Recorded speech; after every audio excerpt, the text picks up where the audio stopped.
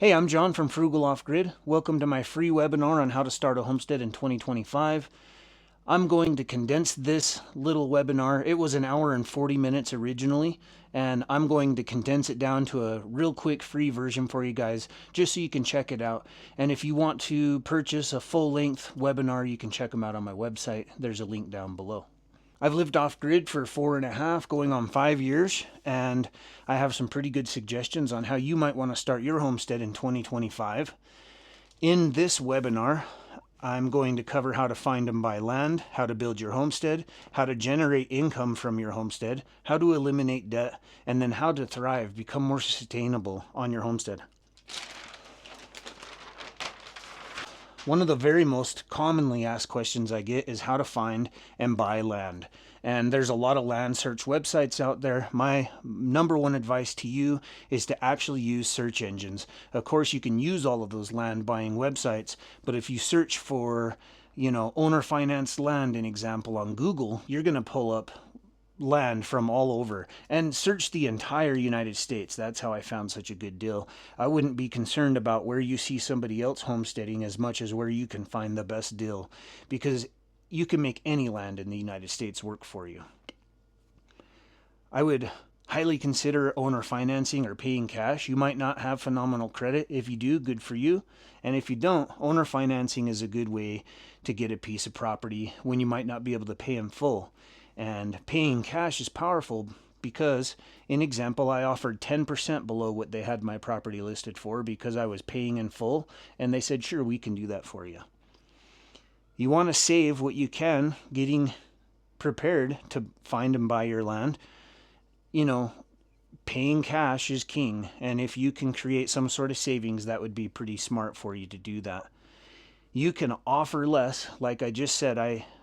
Because I was paying in full, I offered them about 10% less than they were asking, and they accepted that because they wanted the money right away.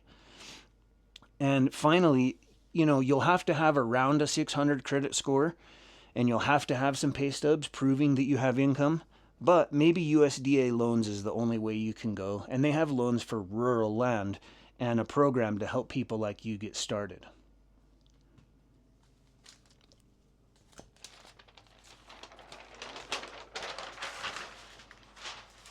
Building your homestead. When I came to my homestead, it was just bare land, and I had some survival skills, and so I thought of it as shelter, water, food, because if it's freezing tonight, you could die, so you need shelter right away.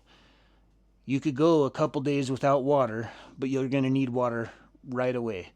And you could go maybe a month without food, but pretty quickly you're going to need food. And so ideally, of course, just start out the day one with shelter, water, and food. And in a survival situation, think shelter, water, food in that order.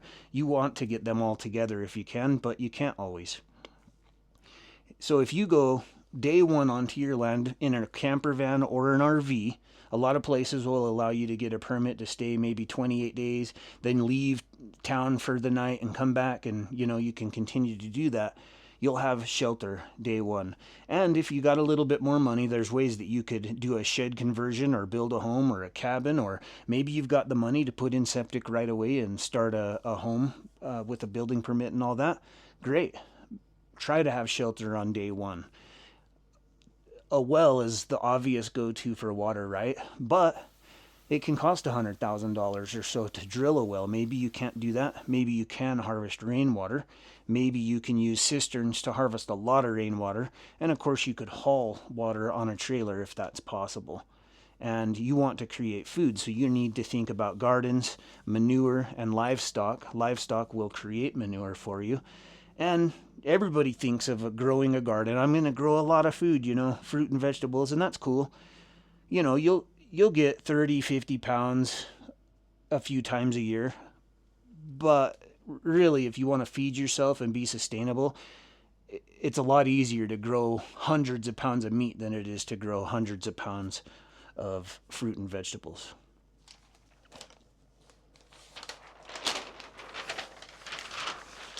So you might want to generate your income. I generate 100% of my income from my homestead. You might want to do that too. My suggestion, I've brought in income in an entrepreneurial way my entire life. And I would tell you to start today. That would be your first thing. Create a website, maybe some sort of media. Maybe you want to be on TikTok or YouTube or any other social media. Start a blog on your website. And if you don't want to be on social media or websites and stuff, you can even do hand painted signs and flyers the old fashioned way. It's the same kind of thing, but the internet is one hell of a tool if you want to put it to use. What are you passionate about? I would do that. And I think the reason that works is if you're passionate about knitting scarves, well, you're going to have a good time doing it. You're going to be excited when you're telling people how to knit the scarf, and you're going to make cooler content. You're going to get less bored of it. It'll be more fun for you. It's fulfilling. And that's why, whatever you're passionate about, whether it's playing the violin, making lemonade, do what you're passionate about and get paid to do that.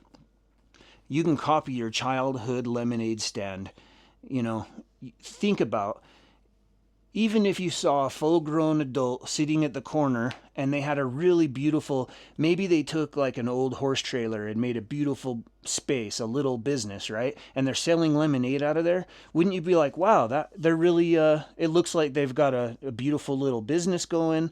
They're motivated. They're passionate about it. You're probably going to support that person. And you can think of it as a mowing business, providing better service and so on and so forth. Maybe you're more comfortable with the idea of lawn care or whatever, but those ideas work. And so think about what you like to do most and create something like that. It's that easy. And always try new stuff. I had never hosted a webinar in my life until a couple Saturdays. Well, 3 Saturdays ago, I did this webinar. It was an hour and 40 minutes. First webinar I ever did. Extremely successful. Thank goodness that I tried it. You should always try new things, guys.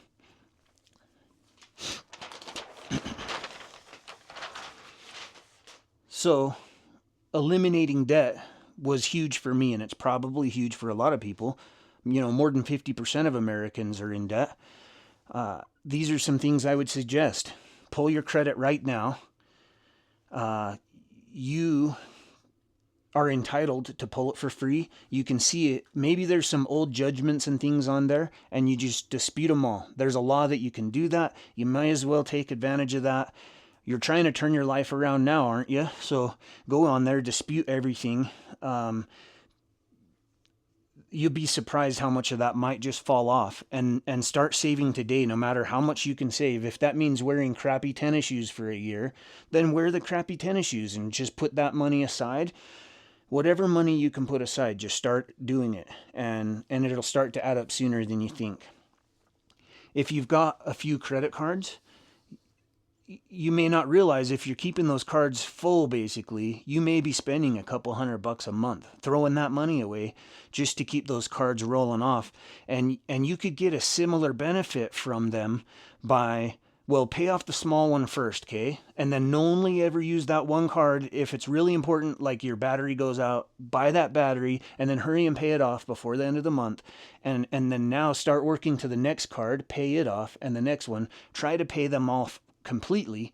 And then, maybe you use one occasionally to do a bigger project, but do your best to pay it off before the end of the month. Or maybe it's going to take you 3 months. You got to do this big project, but pay it off right away and stop paying them $200 a month and use that money to help you get ahead.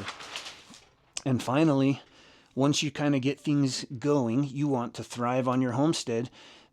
I set this up a little differently. Maybe it's more motivational, but I think that at this point you should start to enjoy your life. You can create boundaries, keep negative people out of your life, negative employers. You don't have to work the rest of your life for a crappy employer. Why don't you quit? I can't. Yeah, you can. Quit today. Sometimes it's, you want to set up securities, so find yourself 2 or 3 jobs and then quit. But why? You don't have to work for that crappy boss the rest of your life. You can improve yourself. Focus on improving yourself. Don't be critical of other people. Be critical of yourself and make yourself better. It's the only person you got control of anyway. Read more books. Learn a lot of stuff. You can journal. You can eat healthy. Make sure you're getting sleep. You're an adult now, right? Sleep is huge. You'd be blown away at the difference in how productive you can be if you get that sleep. Helping others, it's really fulfilling to help other people. You know, if you can help somebody do something that they need to do, that's going to make you feel better, and it makes you wanted and needed and more well, it just feels good to help other people. And you can be kind. You don't need to be a pushover or weak or anything to be kind. You can still have your boundaries and be rock solid, but you can be kind, unless you're really cornered. And stop complaining. I hear people in my comments all the time. They complain about, oh, well, I can't do that, or this is why it's harder for me, or blah, blah, blah. There's complaints and complaints. And, you can, when you come up against something, you can complain about it, but that's useless. It's just going to make you and the people around you feel crappy. You can accept it. That's a whole lot better, right? Just accept it and move on. Life is way better. Or you can change it, and sometimes that's the best thing to do. Sometimes accepting it's the best thing to do. But never, ever complain about it, because you're just digging a hole for yourself and the people around you. And that's part of don't be a victim. Your life isn't harder than anybody else's. Everybody has only lived their life, and so your perceived difficultness is probably the exact same as their perceived difficultness level. You know what I mean? Like, I can't do that because of this. I can't, my life is harder and whatever, If you don't be a victim and you don't complain, and instead you just change it, if you want a new truck, just figure out a way to get it. If you want to start a homestead, just figure out a way to do it. And then, if you never give up, you can't fail. No matter how hard it gets, no matter if you go hungry, no matter if things keep going wrong and you keep failing, those are just stepping stones to succeeding if you don't quit. And that pretty well concludes my first webinar. Like I said, it was an hour and 40 minutes in the original if you want to check out the full thing. And then I go on to, I have 6 total webinars. So the next webinar, I cover only, I expand on finding and buying land. We talked about it briefly in here. And I talk about it for about 10 or 15 minutes in the full-length one, but then it has its own webinar that's an hour, hour and a half, and I'm talking about only finding and buying land. And then I do an entire other webinar on building your homestead, an entire webinar on generating income, eliminating debt, and how you can thrive on your homestead. So I just wanted to offer you guys a free condensed version of this so you could check it out, and subscribe if you'd like to learn more about my homestead. I'll catch you guys on the next video.